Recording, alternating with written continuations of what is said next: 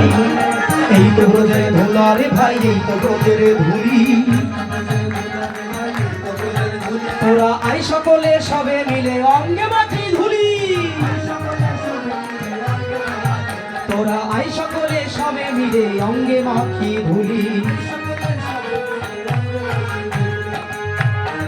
জয় রাধে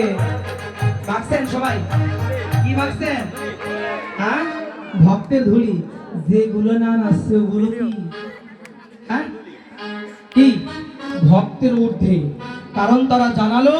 ওই রাধারানী আমার হবে এটা না বন্ধ করে দেবো চলো দেখেন যে বড় স্ত্রী